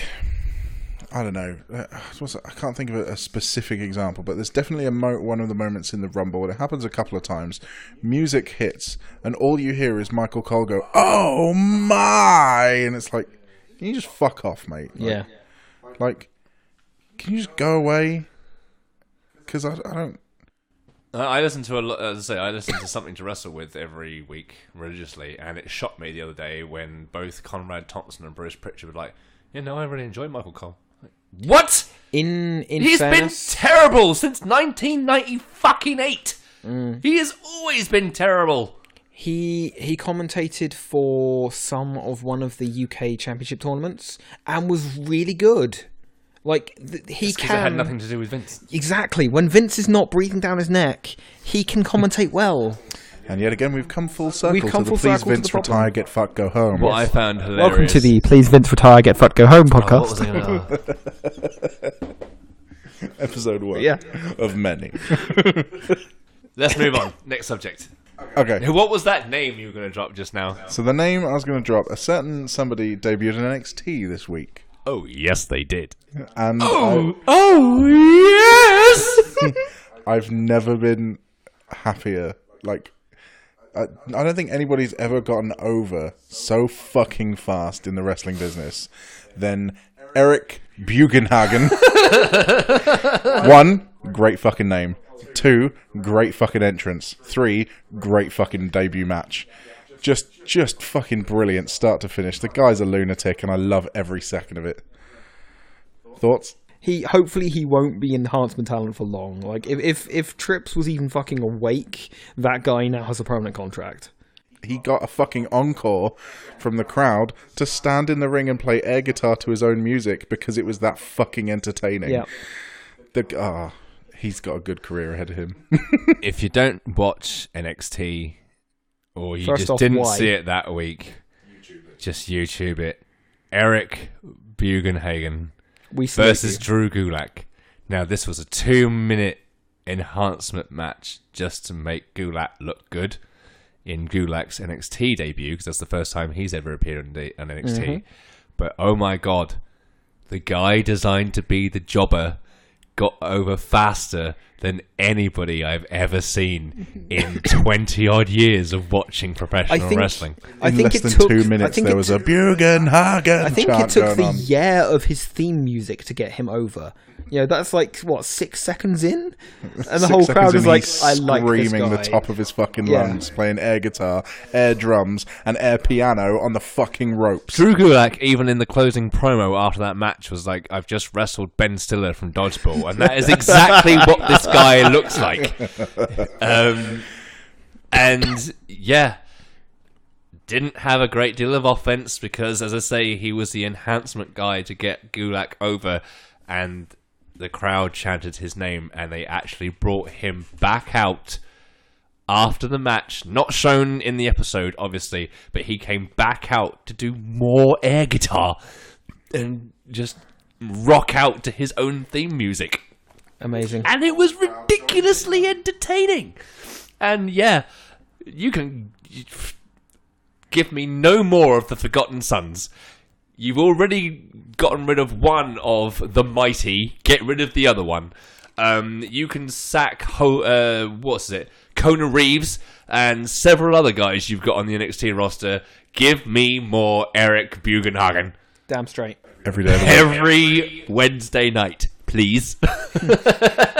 And I want 5 minutes of Bugenhagen every Yeah, Wednesday. even if it's just the air guitar or the keyboard on the bottom rope or Like, take whatever it is. away Carmella's fucking dance breaks. Give me a Bugenhagen Yeah, give me a break. Bugenhagen break. Yeah. Yeah. A Bugen break. Or Breakenhagen. Yeah. Okay. Oh, Eric. Best. We love best- you. We love you. He's our badass of the week. I cannot wait for a t-shirt to come out with him on it. Oh, I might just make my own. Of just him doing the air mic. Ah! Yeah. We want Bugenhagen in big fucking letters on a banner. And Yeah. Loved everything about that. yeah, it was beautiful. And to be fair, Drew Gulak did have a fucking awesome match with Matt Riddle immediately afterwards. Yes, yeah. And that was one of those like proper full-on technical wrestling matches from start to finish. Not high-flying, not loads of spots, not big, flashy, impressive power moves. This was rolling around on the mat, grappling for like a good old 10 wrestling. minutes. The sort of stuff you used to see Kurt Angle and that Canadian dude whose name who can't be mentioned do back in like 2003. That sort of style match. And Yeah. it was absolutely brilliant. And I'm not even a massive fan of that style. And I still... Usually we haven't even seen it. I'm the one purely bigging that up. It was absolutely brilliant. From bell to bell. And I'm not even a huge Riddle fan. I'm like, really? Crocs? Wrestling barefoot? Yeah. Why would I not just stamp on your foot at the very start of the match? Fucking stupid. Don't do it. It was stupid when Umaga did it. It's been stupid when everybody's ever done it. wear some fucking boots. That is my main criticism of Matt Riddle. Everything else about him is fine. But yeah, anyway, main point is, watch NXT. Yes. I do really like Matt Riddle. I do really like Matt Riddle. The one thing that fucks me off big time is fucking entrance music. It's so fucking annoying to hear, bro. And it's like, oh my god, like, I've never instantly hated anyone quicker. Like, oh, this Matt Riddle guy. The bro bit is fine. It's the weird, we stole this from the soundtrack for GTA San Andreas song that plays afterwards. Same thing. I said the same fucking thing. Well, this is something that annoys me, right? You watch NXT, and the TakeOver theme songs are more often than not a metal song, right? Yeah. Now, X by Poppy is not a straight metal song. They just took the heavy metal section of that song to use for TakeOver Phoenix. But yeah, it's usually metal songs. It pisses me off so much to then watch a main roster pay-per-view and they've got some happy-go-lucky hip-hop crap playing in the background. Your product is based on simulated violence. Happy-go-lucky hip-hop does not go with violent content. Right? This is like when... And this is a real fucking tangent, right? The trailer for Mortal Kombat 11 came out and it had a hip-hop song in the background and a fuckload of people were like, what the fuck is this? And weird random weirdos went, you don't have to have metal music with violence. No, but it tends to go over a lot better when it does. Right? It works, Because yeah. this, based on the fact this is 10,000 people commenting on this and only about 5 or 6 have made this point compared to the other 99,000... Logic dictates, Mr. Spock, that you play metal when there's violence going on. Right? You're not going to have the bloody fucking Spice Girls going on during a fucking gunfight, are you? So why the fuck do we do that? I know the Spice Girls aren't hip-hop or whatever, but, No, you know... I kind of want to see that now. But Yeah. you kind of... But it would be the weirdest, most bizarre thing you've ever seen. But, yeah, something, you know... If I've got something being shown to me on screen that's supposed to have a bit of balls to it, I want the music to have that too. The music needs to fit. Yeah, agreed. Remember back in the day, like when on Raw, when it was the Yeah, it was gritty and that's all it needed. And then what do we have after that? We had like "Wanna Be Loved" by Papa Roach, which kind of fit the mold. Then we go with fucking Nickelback, for crying out loud. And I don't even fucking know what it is now. Couldn't even tell you what the theme Random song is made now. for WWE song now. What, by Cephos? I think so, yeah. Right. I think he's done the SmackDown one as well. Jim Johnston or Cephos? Couldn't tell you the difference. I really like a lot of the new CFOS stuff. Like the CFOS stuff has appealed to me more than a lot of the older Jim Johnson stuff. A lot of the old Jim Johnson stuff, with the exception of a few, I've not really cared about. Is that because the Cephos stuff feels like proper songs because it's actually got vocals with it as well, whereas Jim Johnson just did instrumentals? Yes, I would definitely say that, yeah. I mean, I absolutely fucking love, like, my favourite entrance music is Finn Balor's at the moment. And I mean, that was what really dragged me into NXT, was watching, I think on the first episode I watched, I saw the Finn Balor entrance. And the music was just fucking awesome. And it's like, okay, I'm interested now. I'm into this. The wrestling's fantastic. The music really pulls this all together. He sort of really encapsulates the wrestlers really well with their music. Their music for Samoa Joe is, you know, it's like a fucking kaiju coming to the ring, which is what you want for Samoa Joe. I totally agree. Like when I first started getting into NXT, there was a good long period where I would be listening to...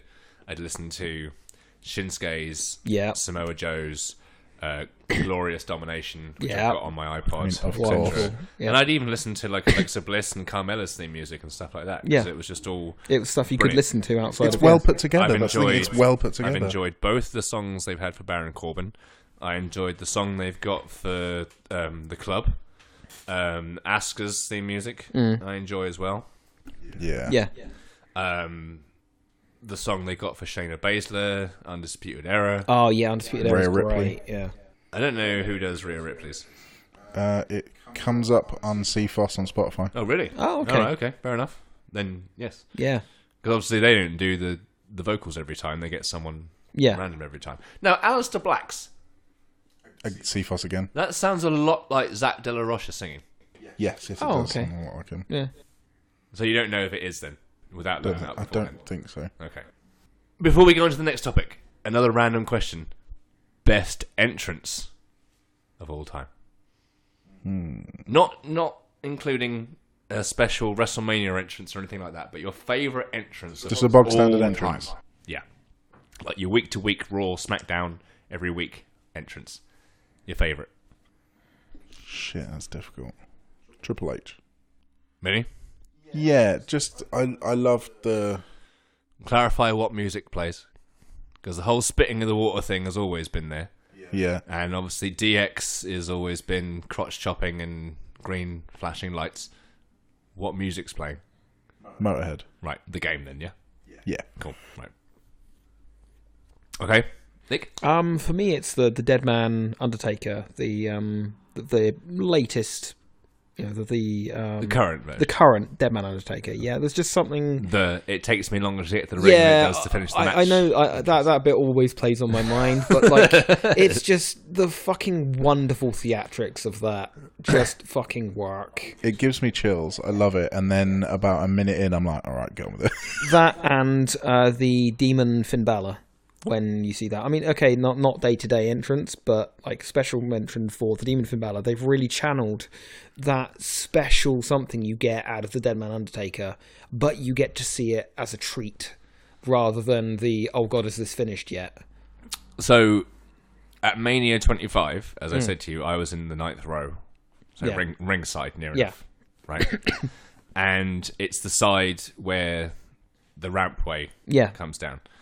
So if you were looking at the ring from hard camera, as they like to call it, and if you're looking dead on the ring from the side and the rampway is to the left, I'm in the corner between the rampway and the ring. Oh wow! On that same side, right. Taker comes out for his match with Michaels, and the ramp at Mania, as you know, is always stupidly long. Yes, you could feel the heat from the flaming pyro at the other end of the ramp. Fucking hell. Like, not just slightly. Yeah. Significantly. It was like being stood next to a radiator that was flaring. Jesus. And I'm sat there with the random individuals I've never met but build a rapport with while I've been in the audience for the last 3 hours, and saying, how the fuck does he walk through the middle of that with a massive leather trench coat on and not pass out? Because I'm a good 50 meters away from that, and I can feel it from here. Yeah, and then wrestle a match after that as well. Yeah. How do you come out for Elimination Chamber and get char grilled by one of those pyros and then still wrestle for half an hour? Yeah. No matter what your opinion of The Undertaker is and his wrestling ability, you cannot say that he's not dedicated to the craft and he's tough as fuck. Most professional guy I can even think of. A lot of other people would have been fucking out for the count after that. People still put it out as like one of the top 3 things to mention about that 1998 Hell in a Cell match is that he had a broken foot. Yeah. Not during, before it even started. Other favourite day-to-day one to bring up, because I watched WCW a lot. Goldberg's entrance. Oh, fucking annoys me. It might annoy you, but I always fucking love it. I loved his music. I enjoyed Gilbert's entrance for the Gilbert thing's hilarious, but I just loved that so much. Just for the record, my favourite entrance ever. Mm-hmm. The Brood. Yes. I'm shocked that no other wrestler who's had like a sort of gothic sort of gimmick or anything like that has ever asked to do the same thing again. To come up through the fire. Yeah. Everything about it, the song, the music was fucking perfect. It's just such a waste that nothing was ever really done. Yeah, because like even Edge and Christian at the time, just like we were fucking lucky to be paired with Gangrel. You might not think that Gangrel was anything worth paying attention to back then in the 90s, but he was an experienced guy with a lot of knowledge about how to conduct yourself in the wrestling industry and do well in it. And obviously we did. Yeah. And he never got his due. But we were very, really, very, very lucky to be paired with the fucking weirdo who got his teeth done like a vampire. Yeah. Edge says that in his Life and Career DVD. Yeah. He says he owes a lot to Gangrel. Yeah. Yeah. Amazing. Can see that. And that's still one of my favourite entrances ever. And Kane's. Yeah. Yeah, it's always satisfying Something to classic see him about start raising his When hands. the and you're music, like, when they started chopping and changing the music, it was like, okay, this is kind of ruining it. So I'm gonna go with old school, 97 to before they changed it, Kane. The organs. The yeah. It didn't even necessarily need the organ build up to begin with, because they also did it where just the pyro went off first, and then he'd just come out to the music. That worked as well. Yeah. Another one I think is going to be highly rated in the future. Alistair Black's entranceway where he comes up out of the ground, almost like out of a coffin, essentially. I love that. I fucking love that so much. And they nailed the shot visually as well at TakeOver. I watched a couple of versions of it because there's not many of them on YouTube. And there's a couple of shots of it where you can just see the board going back down behind him. But the one they did at Phoenix TakeOver, they managed to position themselves perfectly that you couldn't see the board coming up and you couldn't see it going back down. Here's something that annoys me at the moment.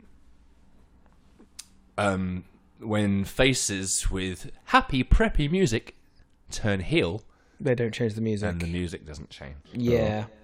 So now, granted, right, if we go back to Rikishi, who you mentioned at the start of the show, right? He came out to the old Too Cool music. And then they turned heel, and then they came out to I'm a bad man, which, granted, was fucking terrible. But at least it reflected his character change. Him, Becky Lynch. Still the same. Yeah. Sami Zayn. We've and Johnny Gargano yeah. are all coming out to happy, preppy music, even though they're heels. And it just doesn't make sense. We've talked about Becky Lynch, actually. Like, there's an acoustic version, an instrumental version of Shipping Up to Boston by the Dropkick Murphys that I think would be fucking insane for Becky Lynch. It's really kind of grungy but Irish, basically, which is kind of what you want for her character. You know, if you're listening, WWE, fucking do that, please. Like, it would be fantastic for her. But they need to change them. Yeah, I mean, I liked that they did that with Ciampa when he went heel. He dropped his music for a little while. He had no music at all. Yeah, which was fucking hilarious. He just came out with no music, and yeah, that was great. I really like that as well. Yeah. I honestly am not a huge fan of the music that he comes out to now, to be honest. Yeah. Because, I mean, his whole shtick was, this is now my moment. Yeah. And it even says that in his video. Yeah. And the whole focal point of his song is No One Will Survive. And it's like, yeah, no, that doesn't make sense. Yeah. It just doesn't... I mean, the song itself is kind of mediocre. And if I just heard it generally, I'd be like, yeah, whatever. But for me, it just doesn't work for him. Everything else about Tommaso Ciampa is absolutely perfect. But that entrance music for me is like, yeah...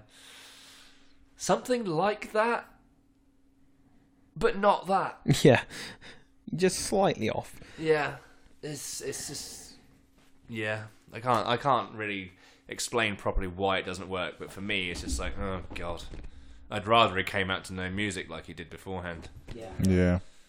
Got one more thing on the list. Okay. AEW. Oh yeah. Yeah. I guess we do have to actually. We'll have to pay it lip service at least. Yeah. At least mention the fucking thing. Yeah. The fucking thing, like you're pissed off with it already. 50-50. It's one of those things. I use this analogy for games that come out a lot in the last couple of years. You go to E3, you see all these wonderful trailers for all these wonderful games, and then when it comes out, it's just not as good as they promised. So I'm just not holding my breath. You know, I see all the names that come out and I go, cool, I like that person, I like those people, it'll probably be good. And then everyone goes, no, it's not going to probably be good, it's going to be the best fucking wrestling thing ever invented. And I'm going to go, I'll see it when it starts. Yeah, I'd rather not get the hopes too high and then be pleasantly surprised. I almost don't want to know who they've got signed as well. I'd much rather go, we've got a handful of names we know now. Right, and then the rumour mill's going fucking mental with it. I'd rather watch their first fucking show and then a load of names come out and I go, fucking hey, that person's here, cool, this will be good. You know, it's like when they had Batista come back 2 weeks before the Rumble, and he's like, I'm back and I'm in the Rumble, and everyone went, oh, I wonder who's going to fucking win then. Like, you're just ruining a surprise. If you want it to be good, there needs to be some surprise in there. That's my initial, like, jump on it. But other than that, like, everyone's billing it like it's either going to be the greatest thing in the world or the worst fucking thing in the world. Can we not just wait till it actually happens? Yeah. I can see that, yeah. I think it's got a lot of potential, and people are really excited about the potential of something challenging WWE. I mean, there already are a lot of things challenging WWE. They don't necessarily need to be AEW to do that. You've got a lot of really fucking talented people that are putting their money and their hands behind it. I'm optimistic, but I'm not going to go out of my fucking mind just yet, personally. Early days. They've not even signed a TV contract just yet, as far as I can tell. Yeah, I mean, I'm in total agreement. It's like, I'm going to wait to hear what people say. Yeah.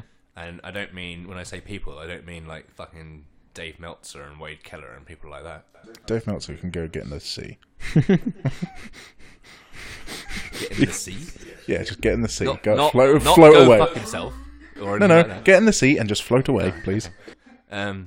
Yeah, so not what so-called wrestling experts say or anything like that. I'm going to go by what wrestling fans like ourselves say. And even then, it's going to take at least 10 or 20 of them to convince me to spend any of my time watching it. Now, from what I gather, it's a fair few New Japan guys who I've never bothered to watch anyway, so therefore it doesn't entice me to suddenly start watching. So we got like the Young Bucks, Omega, Jericho, Jimmy. Yeah, Havoc. Omega has signed. Right, here's the thing. So Jericho announced that he signed 2 or 3 weeks ago, right? Omega announced this week that he signed. Yeah. And they've already done the whole Jericho attacked Omega once he was announced as being a part of the roster. Hello? We've seen it already. So straight away, before we've even had anything, you're rehashing other companies' ideas. Yep. And I don't see how they're going to do anything super fucking fantastic. And I say that with the hopes of being proven wrong. I don't see how they're going to do anything super amazing that's going to be better than that New Japan match a year ago that didn't really wow me that much in the first place. So, yeah. I mean, I'm going to need to come up with a little bit more AEW to garner my attention. You've got Cody Rhodes. And again, the only difference between WWE Cody Rhodes and New Japan Ring of Honor Cody, or whatever Cody Rhodes, is that his wife now comes down to the ring with him. Big fucking whoop. Just gets hair's a different colour. Still the same. Oh yeah, sorry, his hair colour's changed. Everything else is exactly the same. So again, don't expect me to suddenly start forking out more money to watch for that reason. The Young Bucks, I hear they're just a white Usos. From what I've been told by other people, and I can't stand they're the a Usos. lot better than the Usos. Believe me, they are. Well, so far you're the only guy who's ever said that. Wow, To me, in person, anyway. So, All I've ever heard about the Young Bucks is they're the greatest thing in the world, and it's like they Okay, are great. an exceptionally good tag team. They put together really, really good matches from what I've seen. again, I say when I have this sort of when I'm saying these negative things, I want to be proven of course, wrong. yeah. And when I am proven wrong, Yeah. I'll quite happily say, yeah, I was totally wrong. I mean, the first test really is going to be, I think it's May. They've got Double or Nothing in Vegas, and I think that will be the first kind of. it's like their launch show. Yes, isn't it's it? essentially their launch show. This will kind of be the proof of the pudding of whether or not they can put together something good. Is what Double or Nothing looks like, and I'm holding my judgment really until then, and I think that's the wise thing to do. Now, of the WWE guys, everyone's under the impression that Dean Ambrose is going to go there. The Revival are going to go there. Rusev, Shinsuke. Nakamura are going to I go. don't think Shinsuke will. I think And- Shinsuke's going back to Japan. Randy Orton. Hope not. Why? Ruin AEW before it I starts. fucking hate Randy Orton. I don't want to see another Randy Orton match in any promotion. I want Randy Orton to fuck off back to his farm or whatever the fuck he lives on. Just stop. I reckon he'd be good as a backstage, Yeah, advisor. backstage maybe, yeah. I'll take that, but nowhere else. Yeah, seconded. go put him in the performance center teaching the new kids how to do shit. Maybe not the facial expression part, but maybe the in-ring work.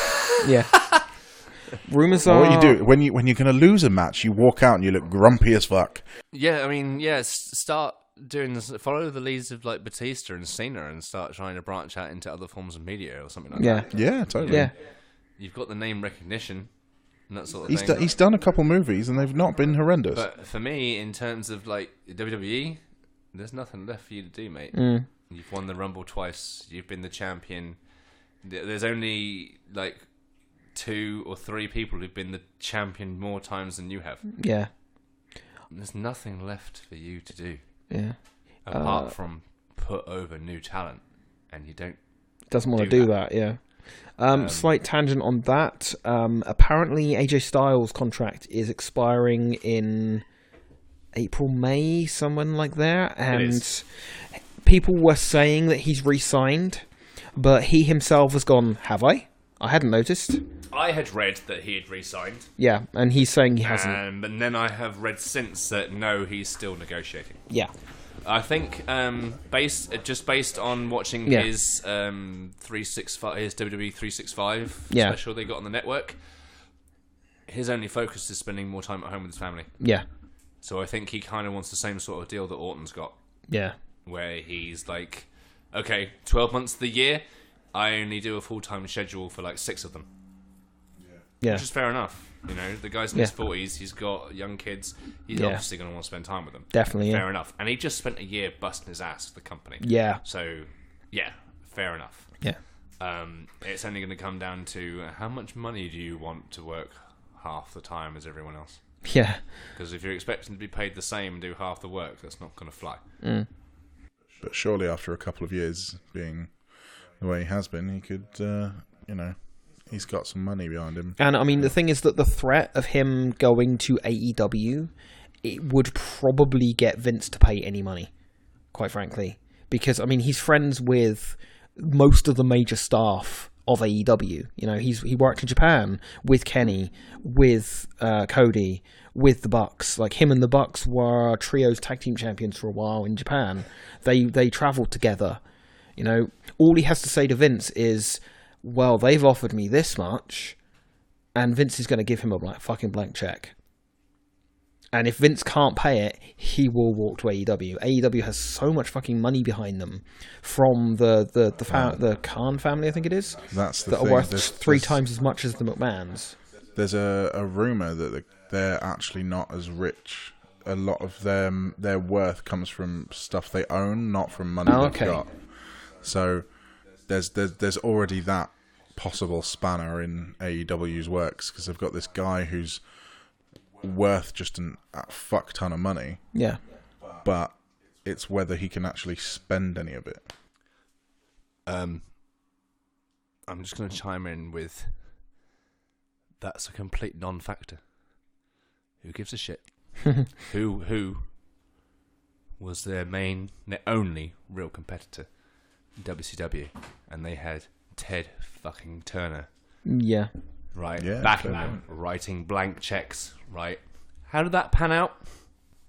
In 7 years, they were on top for 83 weeks. Now that's only a year and a half, boys and girls. Yeah. So that's like WCW won for like less than 1/5 of the time that they were in business.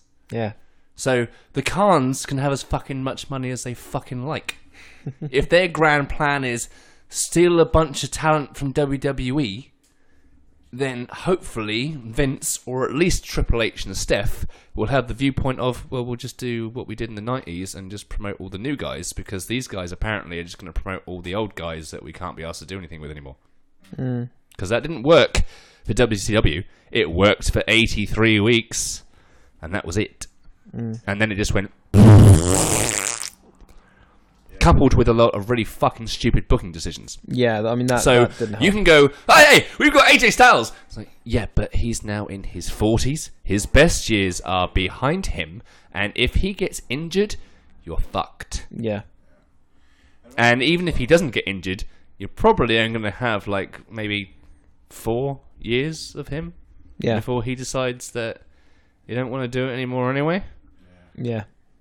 Whereas I've got new up-and-comers in the United States, new up-and-comers in the United Kingdom, and then all new the other up-and-comers in performers. China, Yeah. new up-and-comers in India. So why the fuck do I give a shit what you pricks are doing?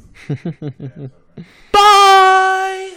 One thing I always keep thinking as well, right? If AEW needs to have a fucking seriously amazing game plan for WWE to consider them to be anything more than an ROH or Progress company. Yeah. They probably wouldn't even rate them as high as TNA, who they also didn't give a fuck about. Who also did the same thing WCW did and had even less of an impact, no pun intended, than WCW did. The rumour that when you say about how highly they rated TNA, the rumours are they had the option to buy them a year or two ago, and they said no. So oh no, they did genuinely buy them, but well, not genuinely buy them. They did try to buy them, but their offer was, yeah, we'll buy you because we want to put your tape library on the network. And then shut the door. Yeah. Yeah, we don't care about keeping you going. We'll buy you for the tape library. If that's what WWE decided to do anyway. Well, they made a deal in the end with TNA to keep TNA afloat at the moment by letting WWE use their tape library in documentaries. Yeah. Mm-hmm. That's why we're now getting like Dixie Carter in AJ Styles documentaries and the Nigel McGuinness like documentary with TNA footage. Yeah, exactly. That's the only reason it's in there, because WWE are like, yeah, how much to use this bit of footage? How much to use that? A lot of the UK talent here that aren't signed to NXT UK and WWE, you're like, fuck, they're just going to buy our promotion, aren't they, and shut us down. And it's like, yeah, probably. Because that's what Vince does. They've already got Progress already in their pocket. And I'm guessing ICW are partially in their pocket as well, because they've got quite a few ICWs. Or ex-ICW talent now. Yeah. Definitely one foot in there, yeah. So, yeah, WWE are just going to start buying people who can't compete. And AEW might think they can compete to begin with, but that doesn't necessarily mean that in 5 years' time they're not like, fuck, what do we do now? Mm. Even if WWE continue doing exactly everything we bitched about for the last 2 hours, it doesn't mean that AEW is suddenly going to become the number one brand. And I mean, WWE, as I mentioned, WWE made record profits last year in a year that they weren't that in a year where everybody bitched about what they were doing. Yeah. One thing as well, I think, the whole Vince needs to retire stuff. If he did, and then you presume Trips will take over, right? If Triple H is running Raw and SmackDown the way he runs 205 Live and NXT, we'll be in the golden age of wrestling. I don't think anyone will compete with that. I can't see them doing it. That is almost the ace in the hole, isn't it? It's almost like, you want to compete with WWE? Vince goes, you're going to compete with me? You're going to compete with me? I retire. Yeah. Mic drop. Yeah. No, I don't think he'll retire. He'll have to die first. I think he will. And that's not in a stupid, childish "I want Vince McMahon dead" statement. That's just, I honestly don't think he's going to give up the reins while he can form a coherent sentence. I think Roman Reigns. He's going to step away from the WWE in the next 6 months or so to focus on the XFL. I think that's going to be his thing. He's going to step over that because Vince is adamant that he's going to make that work. To be fair, though, right, as much as you might complain about Raw and SmackDown, you don't watch NXT regularly. I don't watch anything regularly just because I can't at the moment. How much wrestling do you watch a week? Just not regularly, but I try and watch NXT and NXT UK. And that's it. Same. 2 hours. Yeah. Every week. I've got Amazon Prime and Netflix and other things to be watching. I'm not watching those either. The only thing I watch religiously on a regular basis, when I haven't got my DC CW shows to be watching, and they wouldn't impact on this anyway, in terms of wrestling, is NXT and NXT UK. From time to time, I watch 205 Live as well. Oh, yeah, and 205 is definitely up there, yeah. 2 and a bit hours a week. Yeah. I don't want to watch. I don't want it to become 7.5 hours or 8 hours a week. That's a little bit too much. Unless every single second of those 8 hours was super fucking amazing. Yeah, I mean, if they could stretch out the NXT model to the 3 hours of Raw. No, it works so much better because it's short and sweet. I know. I mean, if they could like scale it up and make it still just as good for those 3 hours. Oh yeah. Then maybe. I'm not talking about like taking an episode of NXT and stretch it out to 3 hours. I'm talking about actually scaling it the fuck up. Oh, that would be cool though, to have a weekly show that's 3 hours with the quality of wrestling they have. Yes, that's what I would hope. That's what I would dream of. Velveteen Dream? Yeah. Hopefully the quality of announcing you get in NXT as well, just to throw that out there. Quality of announcing, the quality of like camera direction and production. Yeah.